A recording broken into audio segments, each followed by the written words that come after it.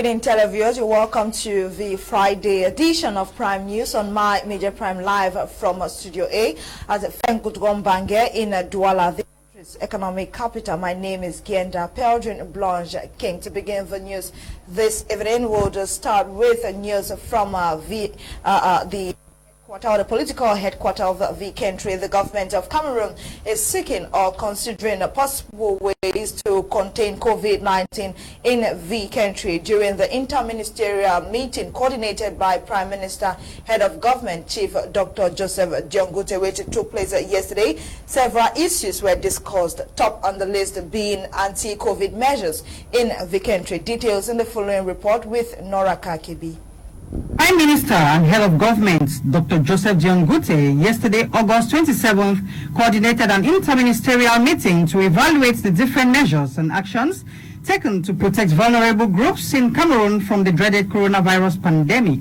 Madame Pauline Irene Gene, Minister of Social Affairs, says her ministry's focus has been to educate and inform the population, and by doing this, some 162 children have been taken off the streets in a bid to prevent them from contracting the virus. Meanwhile, some protective gears were equally distributed to some elderly persons to reinforce preventive measures. As far as street children are concerned, we started an operation on the 1st of April to extract them from the street.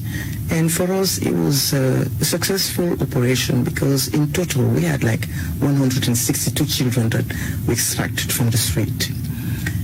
For the elder, we try to distribute these sanitary kits for them to be protected. In addition, the discussions also centered on the ongoing negotiations to have Cameroonians readmitted into the list of countries allowed into the European Union. According to the Minister of External Relations, Eugène Belambela, Cameroonians should remain calm as negotiations continue amid the coronavirus pandemic. Worthy of note is the fact that the latest statistics of the coronavirus pandemic in the country, as presented during the session, indicates that there is maximum effort to help stop the spread. The positive cases now stand at 19,142, with 17,651 cases already healed and 411 fatalities. The Prime Minister stresses the need to intensify efforts to protect vulnerable groups and kick out the pandemic. He equally says the President of the Republic, Paul Biya, has instructed there must be intense communication regarding the COVID-19 pandemic to help curb the spread and save lives. Governor of the Far North region, Mijiawa Bakari, has temporarily banned the transportation of grains out of the region. This is part of measures to prevent worse days as food crisis persists in the Far North region of the country. Eileen Sama reports.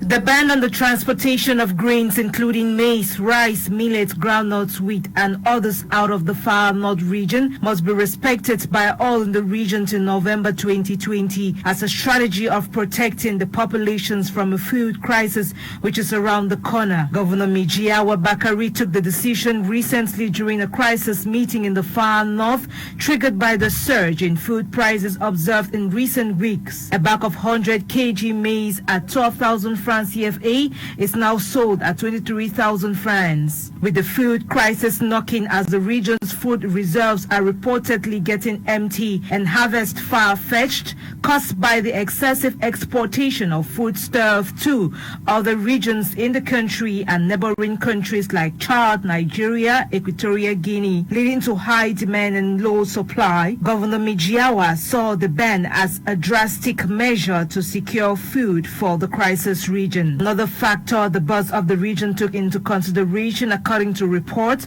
was the financial challenges faced by non-governmental organizations in the area who distribute foodstuff to refugees and displaced persons, as they now buy at exorbitant rates. Security forces have been deployed to make sure the ban is strictly respected, while the seized products will be sold through auction.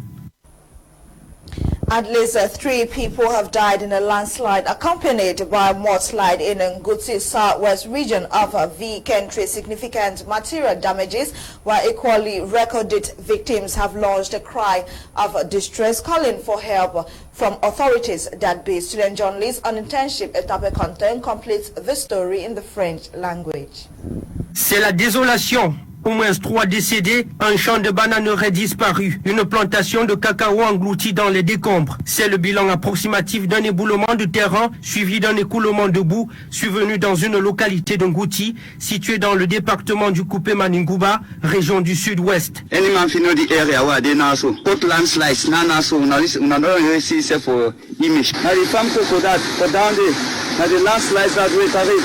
Comme vous le voyez dans ces images amateurs, la seule route qui reliait la dite localité à la ville a quasiment disparu. Pour remédier à cela, les riverains ont fabriqué un pont de fortune. Cet incident survient dans un contexte marqué par les inondations au Cameroun. Notons que c'est la première fois qu'un éboulement de terrain survient dans cette localité du sud-ouest. On se souvient de celui de Ngouacheux à Bafoussam qui avait fait plusieurs victimes et de nombreux dégâts matériels en 2019. Par ailleurs, pour ce qui concerne le cas de Ngouti, actuellement les familles sont dans les rues après avoir perdu leur maison et leur contenu. Elles ne savent plus d'où aller. Ces victimes lancent un appel au gouvernement pour qu'il les vienne en aide face à cette situation déplorable.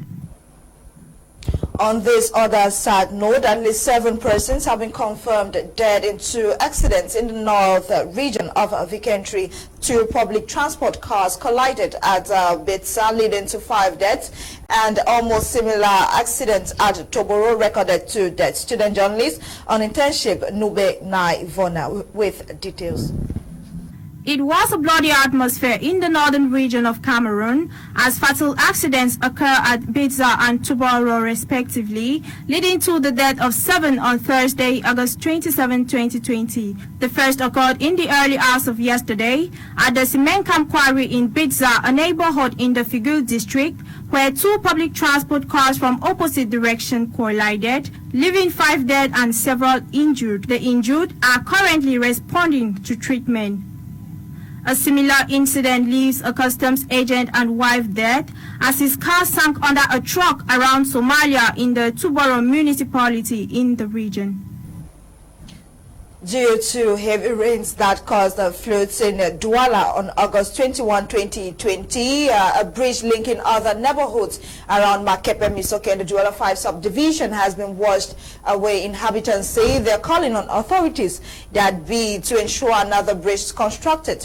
The efforts from inhabitants has only provided a risky option. Details with a student journalist on internship in Gela, Emanuela. Here is a pipe which is used for the distribution of water in Makepe, Misoke and Saint-Tropez in the economic capital, Douala, now functioning as a bridge for the inhabitants of that locality.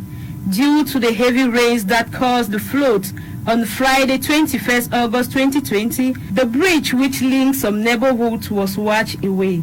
An inhabitant from that locality trying to cross to the other side lost his life, as an eyewitness say. Les gens qui traversent sur le tuyau que vous voyez là, ils tombent même dans l'eau. Hier, on a retiré un corps ici, là, dans l'eau. Voici celui qui avait retiré le corps. Ils ont retiré un corps ici, dans l'eau. Ça nous a fait regretter tout. Et le corps même, ce n'est pas un corps étranger, toujours quelqu'un du quartier. Some are equally very afraid to cross on that pipe and so prefer to go round. The inhabitants say they have been suffering for so long now. Je vois quand je vois même les gens traverser vraiment sur le fer de l'eau, le tuyau de l'eau.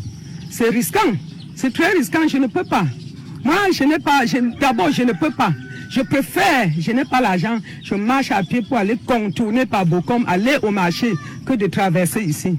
Ça, c'est le premier pont que l'État a mis, était en ciment. Ça a mis plus de 7 ans. Maintenant, l'eau a toujours fait se casser. La population, la mairie a mis un autre pont. La mairie a mis un autre pont. C'est encore cassé. La population aussi, ça c'est le 4e pont. Voilà un grand pont comme ça qui relie 2 quartiers. Chaque fois on prend les morceaux, le quartier c'est debout à mettre les morceaux de bois à traverser. À tout moment, le pont qui se passe ici, c'est le quartier qui souffre On cotise l'argent, on contribue l'argent de gauche à droite pour acheter les morceaux de bois pour lancer le pont là. They are begging on the authorities to come to their aid concerning the situation.